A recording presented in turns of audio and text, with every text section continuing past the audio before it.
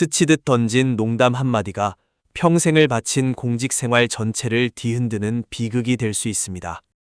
성희롱 혐의로 중징계 위기에 처해 절망하는 공무원분들이 마지막 희망으로 찾는 분을 모셨습니다.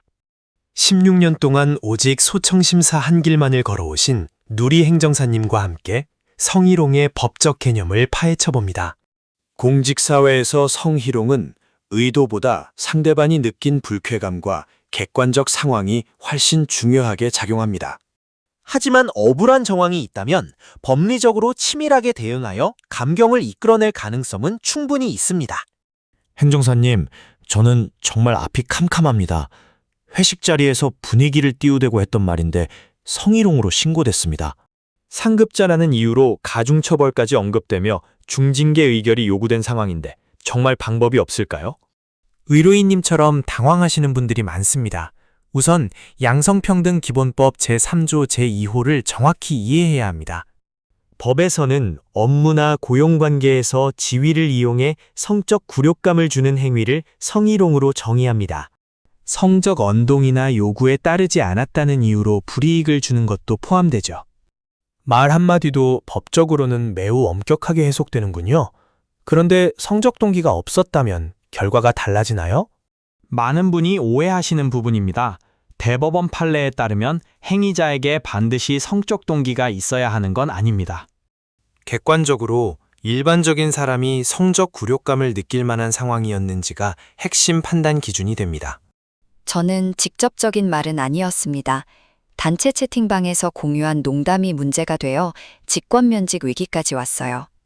상대방에게 직접 한 말이 아닌데도 소청심사를 통해 감경을 받을 수 있을지 궁금합니다. 네, 가능합니다. 성희롱은 피해자에게 직접 한 경우뿐만 아니라 환경을 조성하는 간접적 방식도 포함됩니다. 국가인권위원회법 제2조 제3호 라목에서도 성적 언동 등으로 혐오감을 느끼게 하는 행위를 폭넓게 규정하죠. 하지만 해당 발언이 업무와 관련성이 있는지나 전파 가능성 등을 따져서 인용 전략을 세워야 합니다. 업무 관련성이라는 기준이 참 모호해 보입니다. 퇴근 후나 주말에 발생한 일도 성희롱이 될 수 있나요? 매우 중요한 질문입니다. 사업장 밖에서 근무 시간 외에 발생했더라도 성희롱이 성립할 수 있습니다. 지위를 이용했거나 업무 수행의 기회에 편승했다면 법적 책임을 피하기 어렵습니다. 대법원 2005두 13414 판결을 보면 업무 수행을 빙자한 경우도 엄격히 성희롱으로 보고 있습니다. 제 사건도 업무 연관성이 인정된다고 하는데 저는 상대방이 거부 의사를 전혀 비치지 않아 몰랐습니다.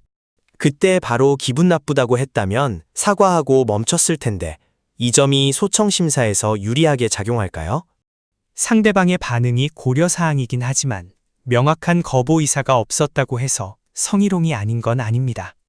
다만 당시의 구체적인 정황과 대화의 맥락을 분석하여 고의성이 낮았음을 입증하는 것이 핵심입니다.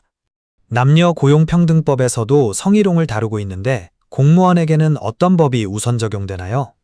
남녀고용평등법 제2호는 직장 내 지위를 이용해 근로조건에서 불이익을 주는 것을 금지합니다. 공무원의 경우 양성평등기본법과 국가공무원법이 복합적으로 적용되는데 소청심사위원회는 이를 매우 정밀하게 검토합니다. 징계 수위가 너무 과하다는 생각이 듭니다. 15년 넘게 성실히 근무했는데 한 번의 실수로 모든 걸 잃어야 하나요? 그 마음 충분히 이해합니다. 공무원 징계는 비위 정도에 비해 과도하게 책정되는 경우가 종종 있습니다.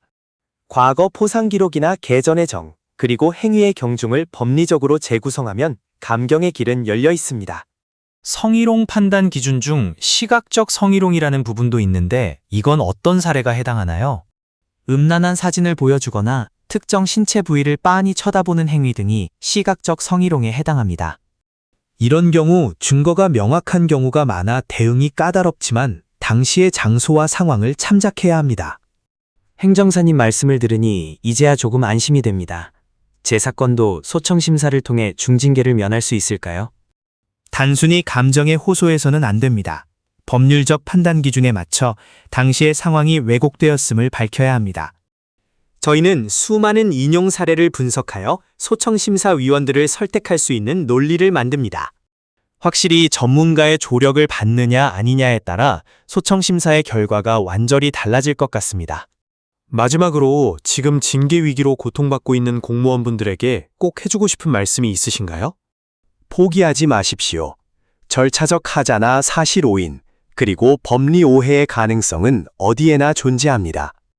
여러분의 소중한 공직 인생을 지키기 위해 누리행정사가 가장 강력한 방패가 되어드리겠습니다. 네, 오늘 상담 내용을 바탕으로 제대로 준비해 보겠습니다. 큰 힘이 되었습니다. 언제든 문은 열려 있습니다. 정확한 진단이 빠른 구제의 지름길이라는 점을 잊지 마세요. 오늘 귀한 시간 내주셔서 감사합니다. 다음 시간에도 유익한 정보로 찾아뵙겠습니다.